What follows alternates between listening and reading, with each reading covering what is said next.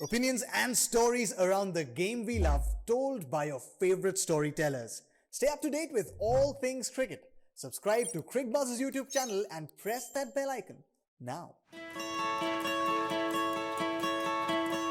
Whenever the IPL auction happens, players around the world, outside of India, I'm saying, around the world, they're all sitting and watching to see where they go. The overseas players have a bigger role to play in the tournament because they're expected to be match winners. There are four of them. There's always the additional pressure. That's the reason why sometimes overseas players that you expect a lot of don't do as well, because there is a pressure to perform over 14 games given high price tags, which is not easy. And so keep that in mind when you're thinking of your overseas picks. So I've got 5 overseas picks that excite me. 4 excite me very much. One, I'll explain why. And then as usual, I've got my mid-cap. So let's start with my 5 overseas picks. David Warner. I love David Warner, the IPL player. I think you talk about Chris Gayle, David Warner's numbers match up. I may not have had as many hundreds, but David Warner is a serious IPL star. But here's something going in his favor. I don't know. He was pottering around for a while. I don't know what was going on in his mind. But I saw him at the T20 World Cup and I saw this hungry T20 batsman again. The other thing with David Warner is, I don't know if franchise are now looking at him to build a team around him. Warner's 35, as fit as ever. If he can give me 2-3 years, I'm saying, okay, maybe Warner, you become captain and build a team around me. Because remember, he was a fantastic captain for Sunrisers, the Warner of Australia, who the world looked upon as an angry troublemaker, came and led magnificently for the Sunrisers. So that's the other value that I see with David Warner, which is why I've got him at number 1. Looking at Kagiso Rabada. It was touch and go at Delhi. And I think they then decided, no, we need a little bit of Akshar and we need Nortje's extra pace. Maybe the fact that Rabada had that one little off season last time went against him.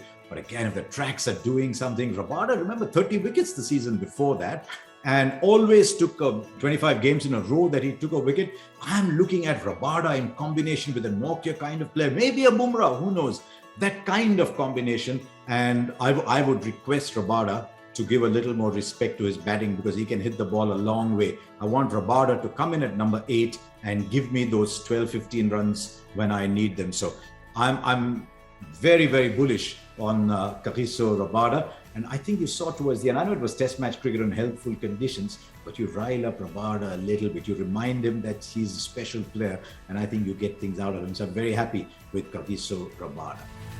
Number 3 on my list is Quinton de Kock. I thought he was a steal. He was a heist. I see many more franchises having a go for Quinton de Kock. I still remember that final in 2020 when Mumbai Indians were just playing at a different level. He took on Rabada, and that was breathtaking at the top. I believe that we haven't yet seen the best of Quinton de Kock in the IPL. You look at his numbers around in the 100, in Mazanzi, you look around in the other leagues where he's played off and on, and his numbers are better than they are at the IPL. Maybe sometimes when the ball stops and comes, Quinton de Kock's not the same batsman. But now that he's not burdened by playing test match cricket, his mind is clear. He's also available for the entire season. That's a huge plus because players with an extended season are coming and going with more matches. So Quinton de Kock available the entire season. I think he's a fantastic pick. So Quinton de Kock is at number 3.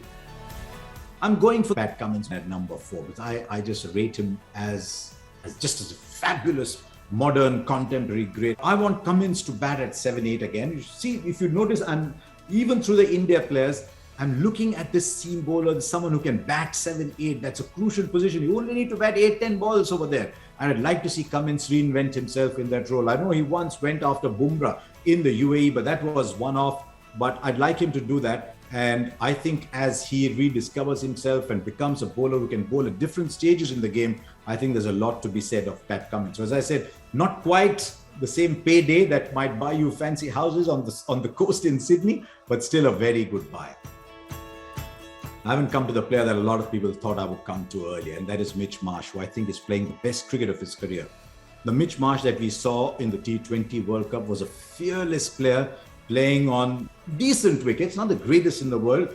The more decent the wicket, the better the bounce, the better the player Mitch Marsh becomes. And some of the shots that he's got, he was hitting big shots of good balls. That is what you look for in players, and I think Mitch Marsh is playing the best cricket of his career. But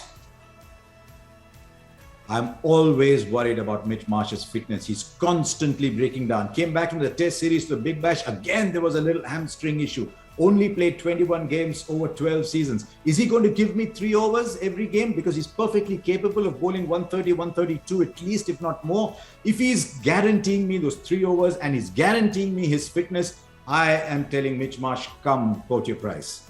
But if he's not, I'm a little wary because I don't want all my money locked up in a player whose fitness I'm not very confident about. So those are my 5 picks.